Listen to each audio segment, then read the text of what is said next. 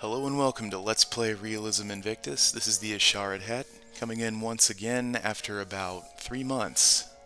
I don't remember what the exact interval was before, but I know it had been a rather long time, and I believe it is still longer now. But I really am intent on completing this for you all, and I don't want to just leave it hanging like I did the first one. In the meantime, I've actually been playing the current SVN for the post 3.61, I believe, edition. So there's actually an official release past the one I'm playing here, which is 3.60, and it mostly contained UI changes, a couple of touch-ups on effects. The core of the game between the current subversion and this one even is still the same, but there have been some interesting additions to the gameplay and mechanics in the new ones. So if you wanted to check that out, you can go to the Civ Fanatics forum and then the Realism Invictus thread. There's ongoing conversation surrounding that. And then the actual changelog and the link to download you can find on SourceForge. So in the time that I have allotted to playing this game lately, it's been playtesting that and providing feedback for it and such. But I haven't forgotten about this, and I thought it was long overdue that I devoted a good 45 minutes or an hour or so of play to get this next episode up. And as I had commented before, it's almost jarring now to see these really large resource icons next to these small city billboards because, and as there actually was some discussion about today, these apparently are constructed out of bitmaps, and so modern resolutions, they don't scale with modern resolutions, and so I guess Walter had to manually reconstruct those, and I'm not sure if that applies to the resource icons or not, but they are much smaller, so they look relatively the same size as this. So it does seem a little out of place, and that was a definite UI improvement. But one other thing I'm going to try to do is play a little bit faster today. I know I've mentioned that before. I don't recall the extent to which that actually occurred, but seeing as how I started this thing just about exactly a year ago, and we are still in the early medieval period, um, I think it would make sense to try to accelerate the pace of the play itself.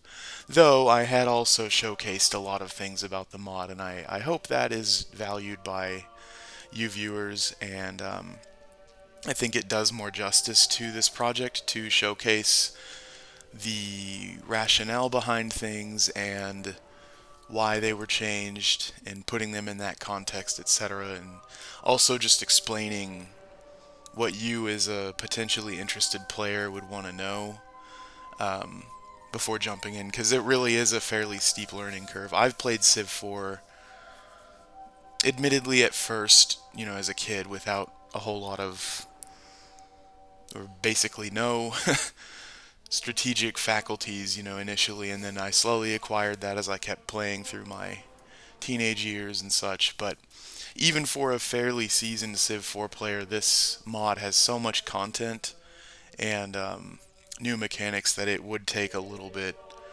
of it would probably take a couple games to like get a decent grip on, and so hopefully my featuring of these things, even though it has come at the expense of slower play, has still been worthwhile. But with that said, let's jump into it. I believe we had just finished taking Texcoco, this city. I don't remember how long ago this was. He had sent an army down to the Vikings, which slaughtered it. There was some really interesting maneuver warfare that happened between this. I kind of faked him out. He went back, took this one, but we conquered his whole economic engine, and so this city's a sitting duck. We're still at war with him, so I think my plan was to turn around and take that out. But I had stopped because of the time. I think that video had hit like an hour. And then I think I even mentioned I'm using an uncompressed recording software called Fraps, which when I was in high school was the way to do it, but hey, that was a decade ago, and so apparently Fraps hasn't been supported in as many years, and for whatever reason, well, actually, for that precise reason, these videos, when they get over an hour long, are like 300 gigabytes, and I think that screws up the ability to upload them. Somehow YouTube, reasonably I suppose, takes issue with that, and it gave me complications, so that's kind of a hard time limit with my software limitations.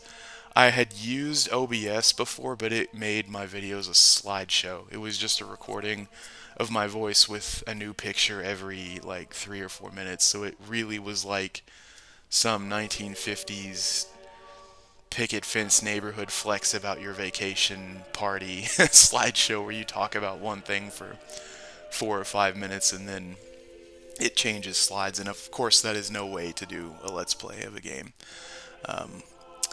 Soon enough, I'll get a proper gaming computer, though I probably won't be doing any massively serious gaming.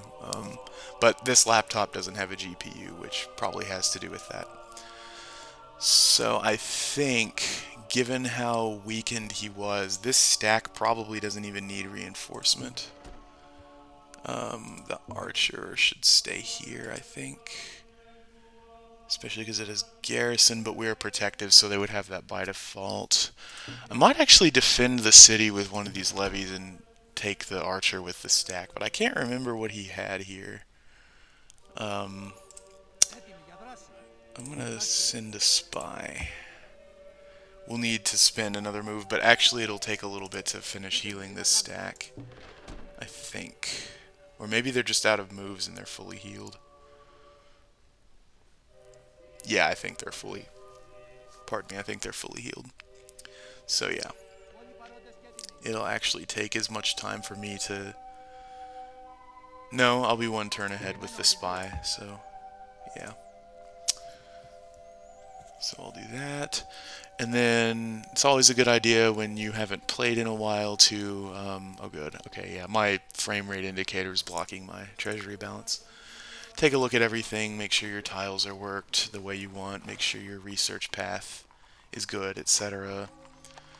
I was probably planning to reinforce that stack. First, I want to make sure all of my cities have a void unhappiness. The newly conquered ones probably don't. Yep. Okay. I always want to make sure that's ticked. I wish it was on by default. Walter had said he didn't do that because he didn't want to deal with people complaining about why their city isn't growing. But while that's understandable, at the same time, there's not really any sense to grow into unhappiness throughout most of the game, so I think it should be on by default, but with a loading screen tip advising of that or something. Okay, no reason to work that slave farm. I really need to improve this stuff. Do I have guilds?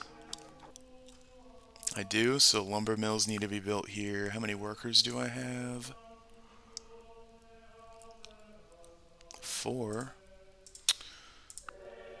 This city is really underpopulated, so this paved road's not really the best thing to do. That means I have 3 workers down here. Yeah, just building random roads. I'm going to send him back to the capital. It'll take a little bit. But we need someone replacing these farms because I don't think we're in slavery anymore. I don't know why I switched to caste system, but these slave farms are complete wasted potential. And this city actually really needs food anyway. So I probably should switch back to serfdom, honestly. I'll review that next. I think we should finish the Aztecs off before switching out of the civic, but anyway, got a worker sent over here.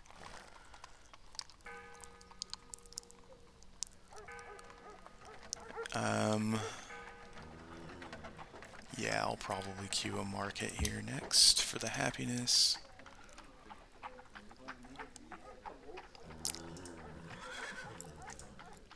Okay, and then the 3 commerce is probably better than this savannah. This isn't ideal, but we're gonna get a lumber mill built there soon, so for now, that's fine. Yeah, man, what was I thinking?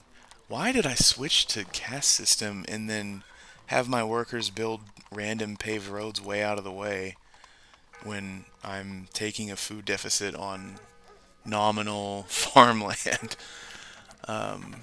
That's not good.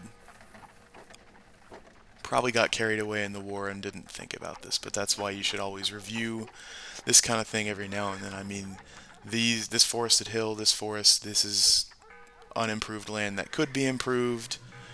These 4 slave farms are taking an economic opportunity cost of like 2 food each. If they were under serfdom, it could be 5 if I had a monastic order, which actually requires a later tech that I probably don't have. And then they could also be providing culture and commerce with the manor. Well, commerce, and then the manor itself provides culture. But so yeah, this is pretty bad. This is very inefficient. I'll go through. Well, we're not that far in. Should I go through with that?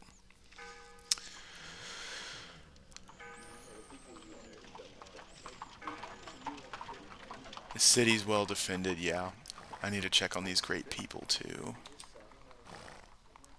Yeah, and then because of the food deficit, I can't really work this commerce. So this city, as has been discussed before, is pretty poorly planned.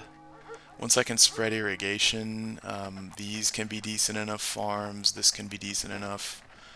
But with serfdom, I could actually get a food surplus, a small one, to work this gold mine, this town, and this plantation. So that's a pretty good reason alone to switch back to serfdom, I think. I'll follow through with this courthouse for now, though. Is the city well defended? It is not actually. 1 archer, and that means if Corinth spawns a revolt, it's going to go straight for Thermopylae, so we're actually going to build a levy here first. It's not an ideal choice to defend, but it'll build fairly quickly, and the... yeah... This kind of is not great, but I probably need 2, actually. And then, yeah, we'll reconsider the courthouse at that point. Walls. Why are you working on improved land? Giant food glut here, so I'm probably going to work mines. There's not even a reason to work multiple food tiles here. And they all net the same amount of commerce, so it doesn't really make a difference. We were about to grow to our happy cap, so no sense in keeping the other sources of food worked. And then do I have anything that I can raise my growth cap with? I already have a market. Can I trade for any market goods? Whoops, wrong one. No. Okay. So for now, this city will have to content itself with unused food. Oh, wait, no, I can build this. Yeah, these new building icons, or unique building icons for each civ, can be a little misleading. You gotta read the tooltips because, you know, what your eye might be trained to recognize will not necessarily show up. So yeah, that's good. And this is adequately it's not ideally defended, but with walls 3 levies is probably enough. And I actually have a general here. I don't anticipate that we'll have problems defending Tlacopan, but I actually want to send him over here because the Chinese will probably attack us at some point. And this is kind of a shell of an army anyway. I know I think that's what these skirmishers, I intended to send them over here. And yeah, with that, let's check on these great people. Do we have any great works of science already? And do we want any of these?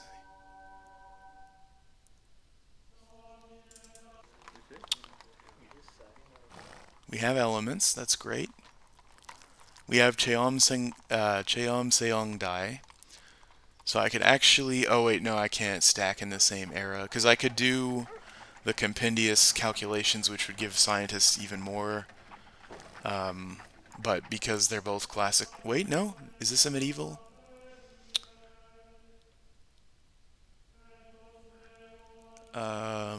It is, so actually we can stack it, and that's a much better idea than leaving him there. Do we have a medieval idea too? Canon of Medicine. I think that's medieval. I'm pretty sure it is.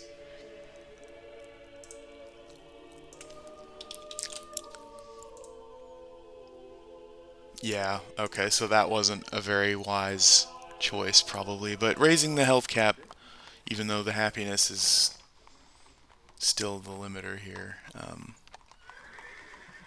that wasn't the wisest choice, but whatever.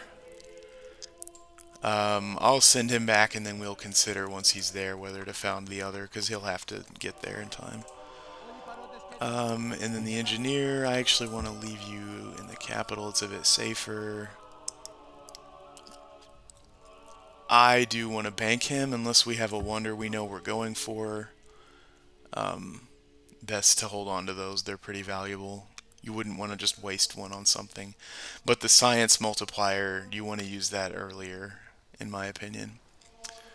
Um, Two levies is kind of wimpy. We're going to work on defending these before building the cities up. Okay. Did I finish going through all of them? These, yeah, another bowman. We're going to have to figure something out next for them. Let's leave the bowman as the defender, build a levy, and actually move out with the entire army. I think that's fine for now. Tiles worked, that's fine. We'll build up the boats again soon. Defense first in newly conquered land. And then depending on border pressure, I would actually say culture second in many cases. And then we can't really stack any specialists, so I'm fine with this. Okay, let's end our turn.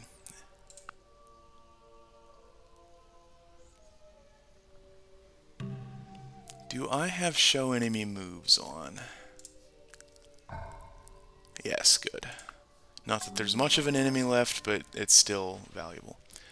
Okay, he has two composite bows, a jaguar, and then some workers. So yeah, that's not gonna be without bloodshed, but he has effectively lost this city.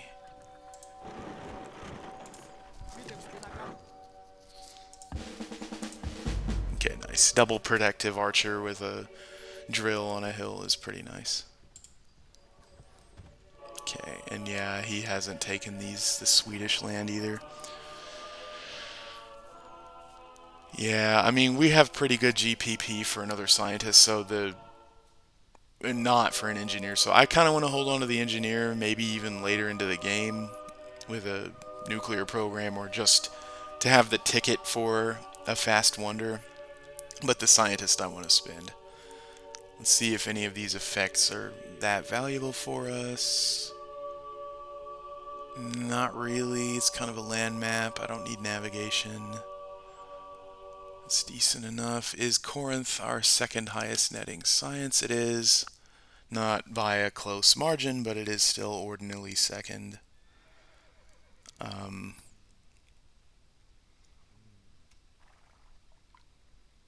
and I have the academy built too, I'm pretty sure. I would have probably seen and clicked on that if not. Yes, okay, good.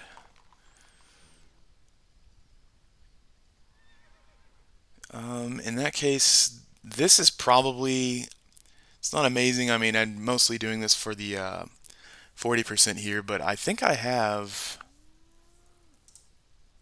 of course, this is going to double count things that were built and then rebuilt, or built, destroyed, and then rebuilt. But I have 3 libraries, so that's an okay bonus. Let's go with this. And now we're at 100 beakers per turn.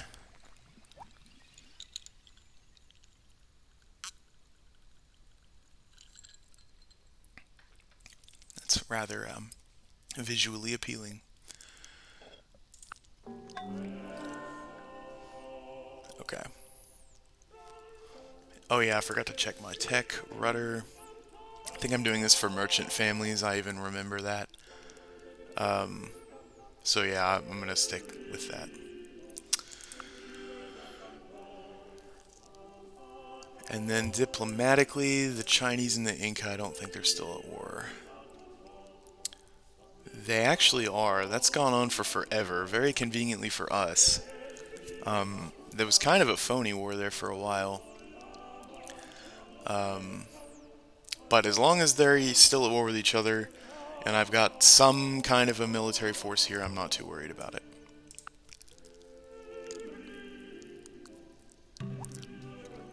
Okay. This is poorly defended. That's gonna take way too long. Kinda sucks, but I'm gonna build a levee. And the Jaguar... Yeah, let's... it doesn't matter, but let's not give him a bonus attacking me. I should have checked the actual stats first.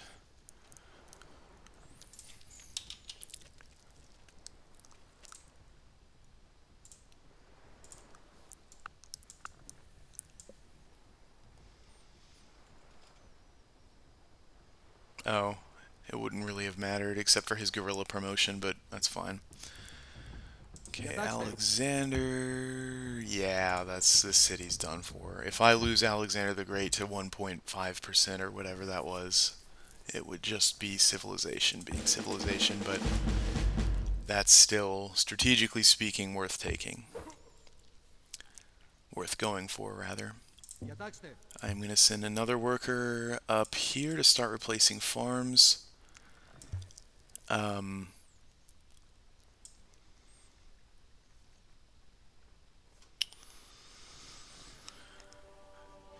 We've got him building roads. We don't really need that. We don't really...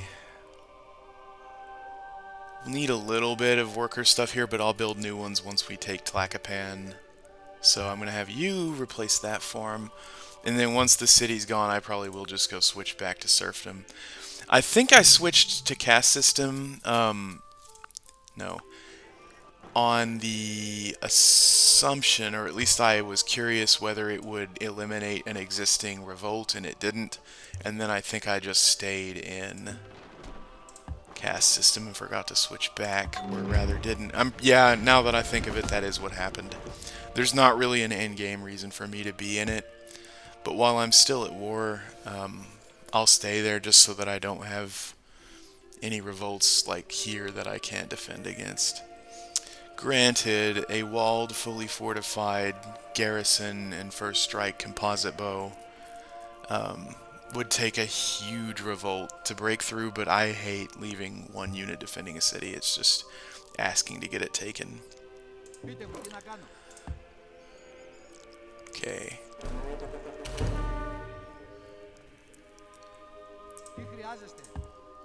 Yeah, let's not get overzealous here. I mean, I attacked with 14% defense, but if you saw, his odds were like 99.7 or whatever.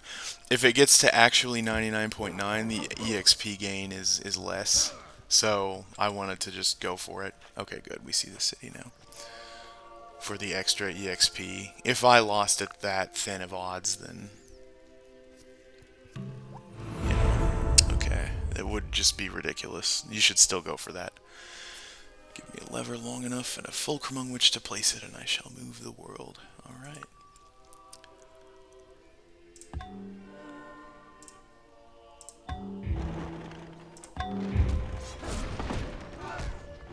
Okay, next turn we're going to go in for the final kill. Okay, I want to be thoughtful with the routes. This city's so food poor. I don't think they're going to be working this mine. I actually want to build a fort here. Working this hill if I were to mine it, that is. I'm not sure if forts enter into the AI's decision-making calculus, but like in terms of how defensible a border is. But if it does, there's that benefit as well. Feudal contract. That is a pretty substantial bulb.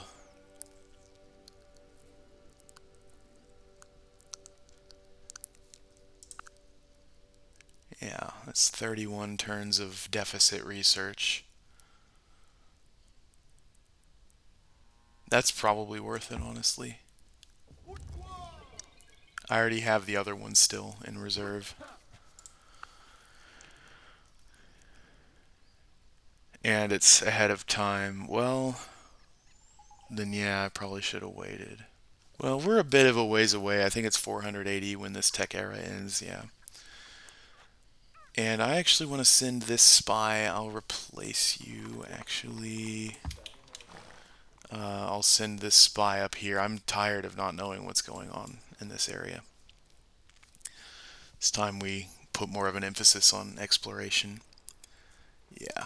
Even regular farms without switching to slavery are net food gain, so it was a strict waste for me to be building random roads somewhere.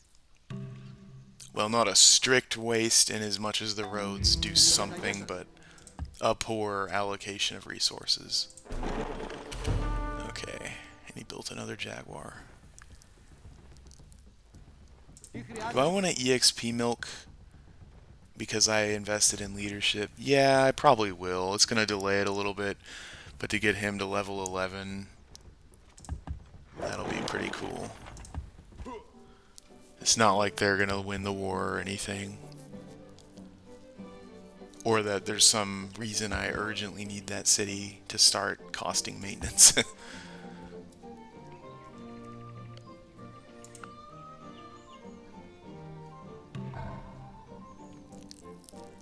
Did I promote the other to woodsman? I did, so we're going to do guerrilla for you. I think I mentioned it before, but I like to have a woodsman, a hillman, and then just a generic first strike. In most of the early logistics caps, 3 skirmishers are to your advantage to have.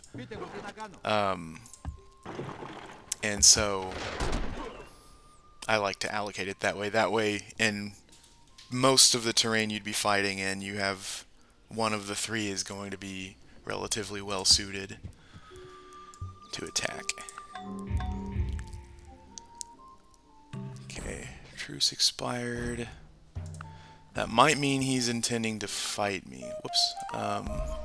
Yeah, I was playing the world map scenario, and I had met so many people that to get this to fit, I had to edit the UI to collapse the spacing between it, which makes clicking on this a little weird on a normal game. Well, he's not willing to do anything, so there is a decent chance he could attack me. We'll see. But once we take Tlacopan, I'm gonna use my conquering army and probably camp here. It'd take him a little while to get over here, and we could spin around and encounter him that way.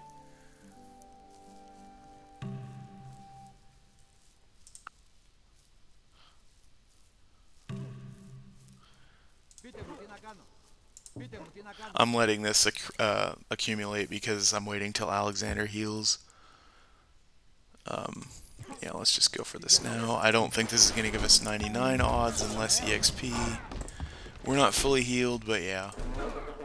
Another 4. Okay, now I'm going to slow the research rate down.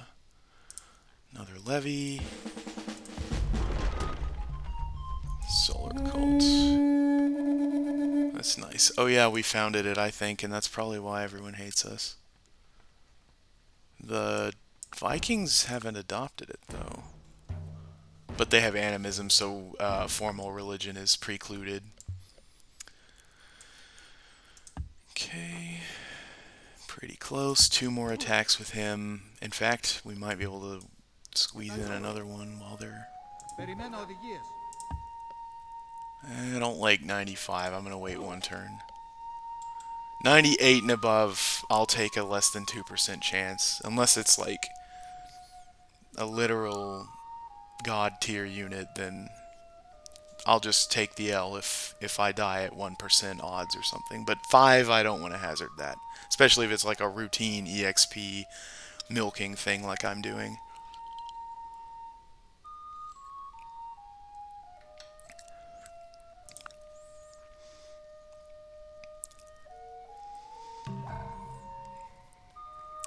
Okay. That's defensible enough. 3 units for now is fine. And some of these cottages were pretty well developed already, so this city can maybe even carry its own weight already. We have no... Whoa. Interesting. We resent foreign rule is not represented here. That's interesting. Normally, in vanilla Civ 4, this would still apply, but in vanilla Civ 4, once you fully conquer your opponent, the we resent being under a foreign ruler or ruled by a foreign culture will apply, and then when they're fully defeated, that goes away. They're still not fully defeated, and so 34% seems significant enough where that should be represented, but I guess for our purposes it's good that it's not. I'm going to invest in happiness, which in consequence is investing in culture, or excuse me, in commerce. We only have a net +3, but if I do it this way... See, something's broken about this. I don't think this is broken in the current release, so it might have already been fixed. But I don't know why growth is restrained. We're already in the medieval era. So we can grow one more time. I'll turn this off for now. Although I have a feeling it's going to launch me into unhappiness somehow. But if it does, that's fine. I want to see what the reason is. Did I actually work that cottage or town or hamlet? Yeah. I did. Great. Yeah, and that's what made me grow faster. Okay, that's pretty close. And see, 100%, I only get 2 total EXP. But it's on a wimpy skirmisher. So I actually want them to have a rudiment of defense for more experience that I get out of attacking them. Oh, I forgot to turn this down. Whoops, now the game's going to do it for me because we're out of money. But once we get rudder, which, whoops, we now have a problem. It would help, yeah, if I could see this treasury balance. Yeah, we're about to run out of money. Whoops, again. Okay, could you please give me some money? Oh, alright, well, thanks. Once we plunder the city, we'll get some money out of it, which, let's just go ahead and do that. Watch him die this time. If that happens, I'm ending the video. Okay, good. And then, yay, we get to upgrade him again. I'm not going to sit here for that much longer, so let's finish him off. Okay, it's kind of a highly promoted unit. Let's soften him up with some of these. Preferably an unpromoted one. Just to leech the... Yeah, I got 0.8 out of that. And the Jaguar alone isn't going to get first strikes. When you got to be careful with the I'll just throw away irregulars to wear them thin, because if the enemy stack has a first strike, like a net first strike advantage over you, then there's a chance, sometimes a certainty, that they will just annihilate your unit and you won't even scratch them. But since this is just a melee unit, he should be guaranteed at some like even ballpark parity level of strength to incur damage. Yeah, now he's a sitting duck. Let's do this to finish him off and finish the Aztecs off with that. Alright, they are no more. Awesome.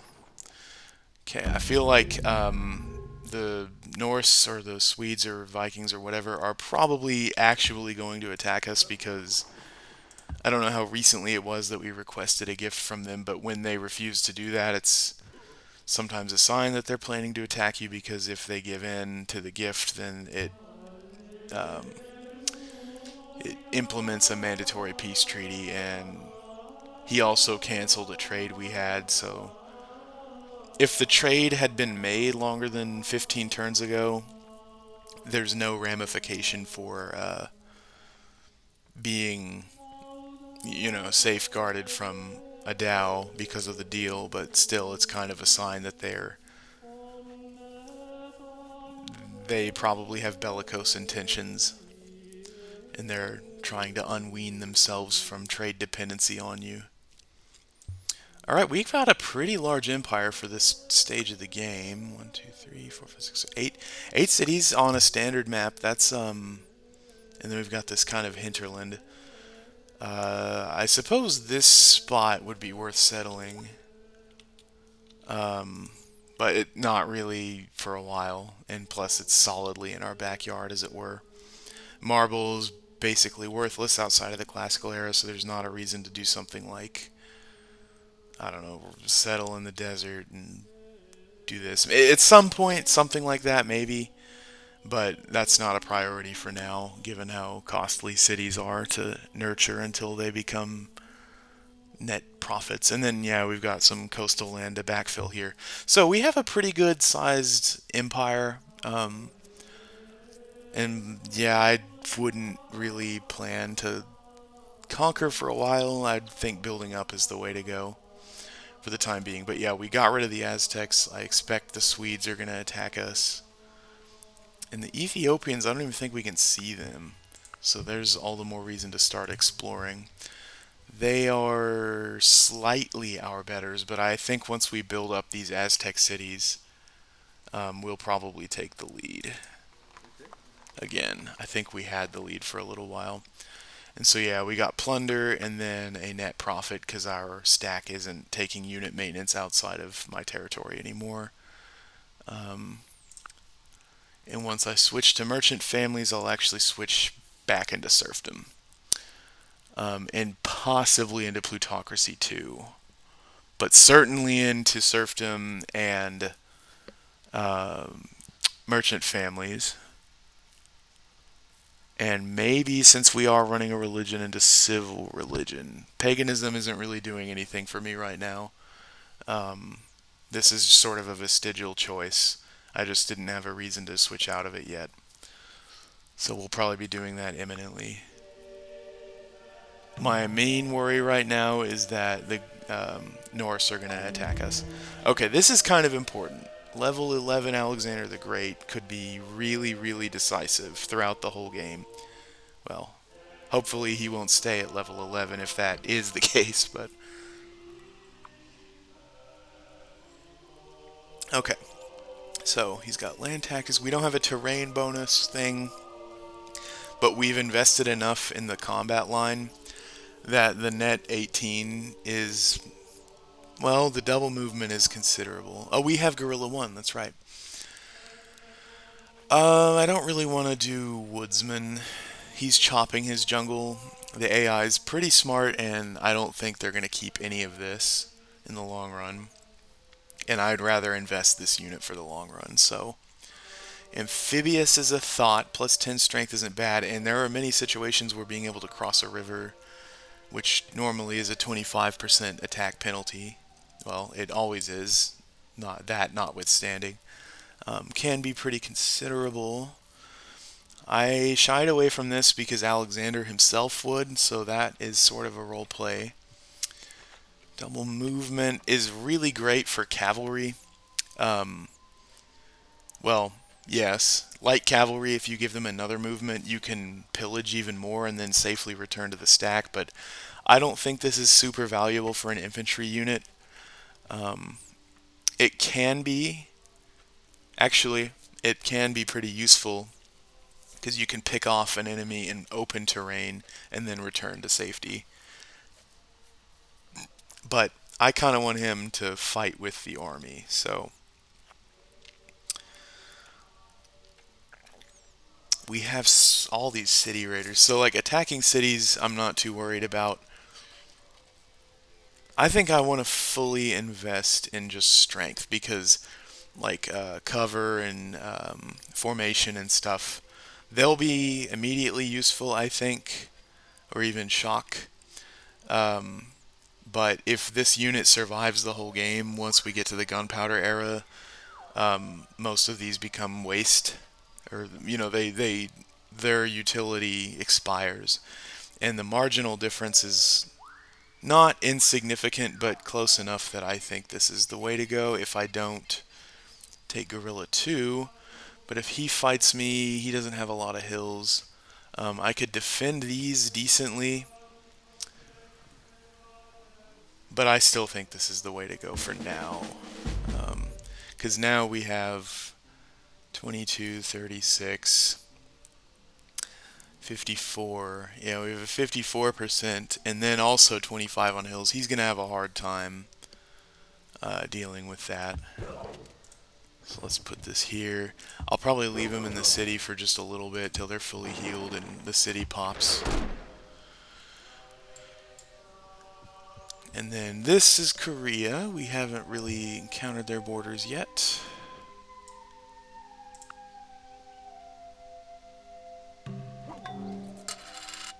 Okay, that was kind of expensive. I actually am going to build another worker with all these farmer placements.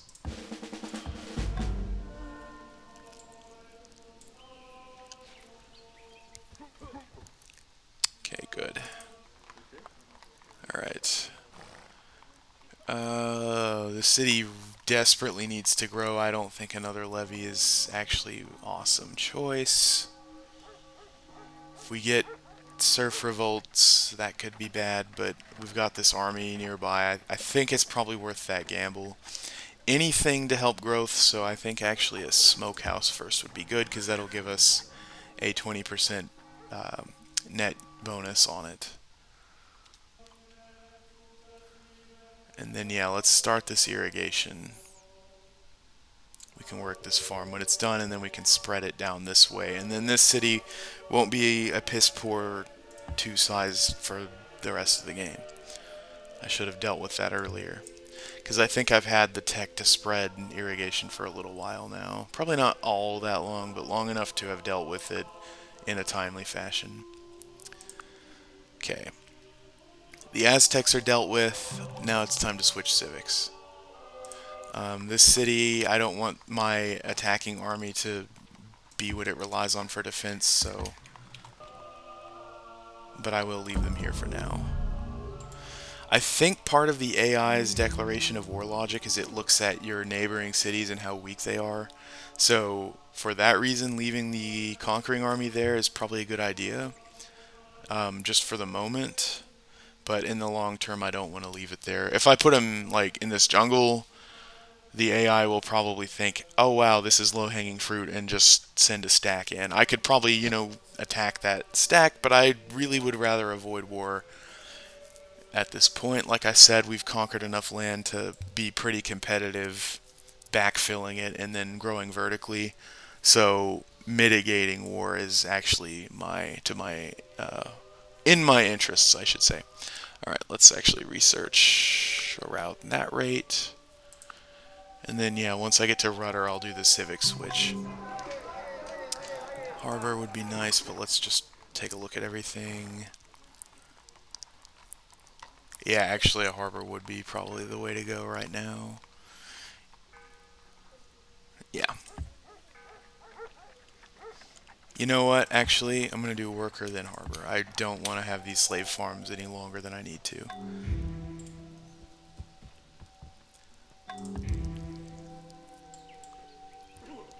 Pyongyang. Okay, that's his second city probably. Jungle, alright. Slow down a would-be attacker, I guess.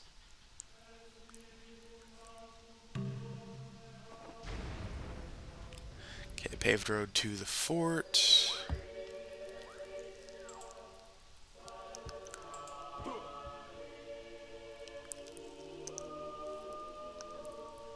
Okay, it's being pretty slow. I hope I didn't exceed the time. I'm almost a little worried about that. If I ran out of hard drive space or something. This isn't really letting up. I'll give this like 30 seconds, and if it doesn't stop, then I'll end the video. I do know where I was going, and like once we get rudder, we'll do the civic change. So if I have to do that in the next, that's fine.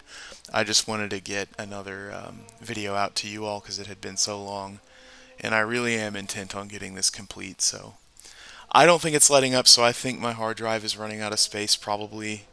It's only been like 40 minutes, which at that pace shouldn't have fully run out, but I think it's probably, you know, starting to pressurize, if you will, is seeing that coming. So we finished the Aztecs off. We kind of got a better game plan. I'm going to try to play tall from now on for a little while, build up some defensive armies, play a little bit more intelligent diplomacy, and explore my neighboring land a little more. Hopefully this pace was decent enough for you all, but yeah, with that said, I'm going to go ahead and end this. This is the Asharid Hat. Thank you for watching, and I will see you in the next one, hopefully sooner than later.